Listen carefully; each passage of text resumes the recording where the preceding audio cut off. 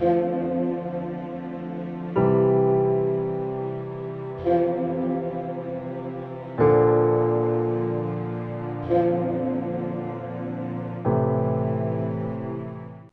مقدس میں سے ہمارے لیے آج کی تلاوت رسولوں کے اعمال اس کا 5واں باب 12ویں سے 16ویں آیات تک۔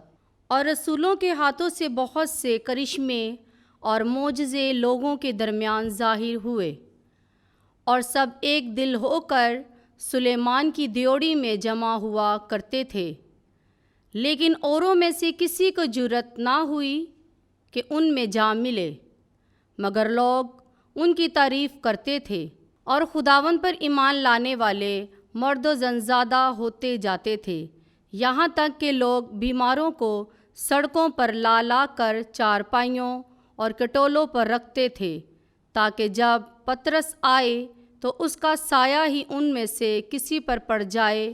اور یروشلم کے آس پاس کے شہروں سے بھی لوگ جمع ہو کر بیماروں اور ناپاک روحوں کے ستائے ہوئوں کو لاتے تھے، اور وہ سب شفا پاتے تھے۔